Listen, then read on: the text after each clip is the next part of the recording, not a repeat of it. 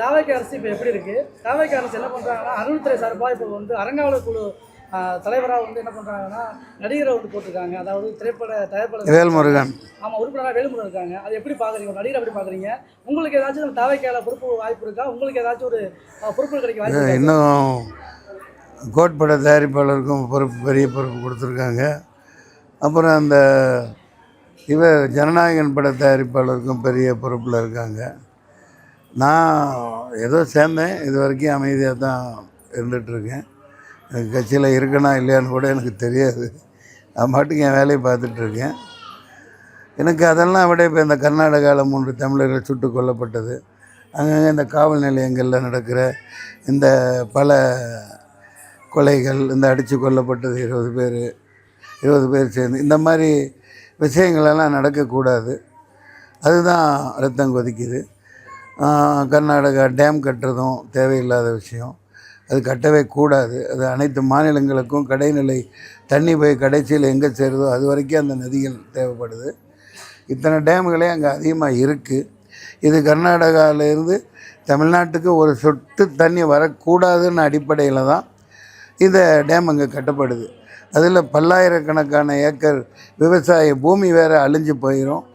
கால்நடைகள்லையும் எல்லாமே அழிஞ்சிரும்.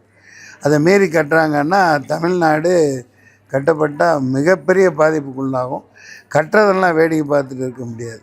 என்ன இன்றைக்கி ஒரு பழனி பாபா, அப்புறம் வீரப்பன், பிரபாகரன், தமிழரசன் இவர்களெல்லாம் இல்லைன்னு நினச்சிட்ருக்காங்க. ஆனால் எல்லாம் உருவாயிருவாங்க.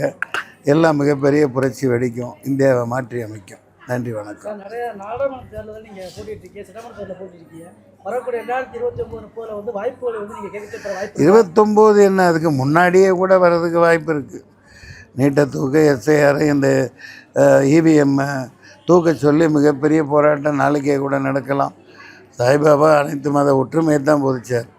இங்கே உட்காந்துக்கிட்டு சாய்பாபா கோயிலில் இந்த தம்பி நிறுவனது 20 வருஷமாக அதில் ஆன்மீக பணியில் இருக்கார். என் கூட பணி செஞ்சவர்.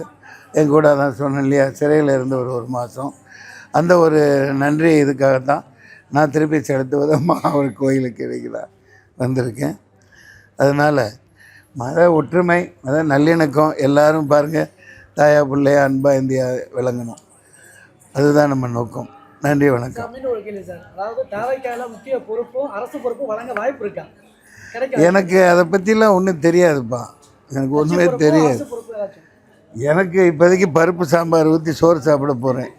சாய்பாபா கோயிலில் 555வது விருந்து சாப்பிட போகிறேன். அவ்வளோதான் நமக்கு தெரியும்.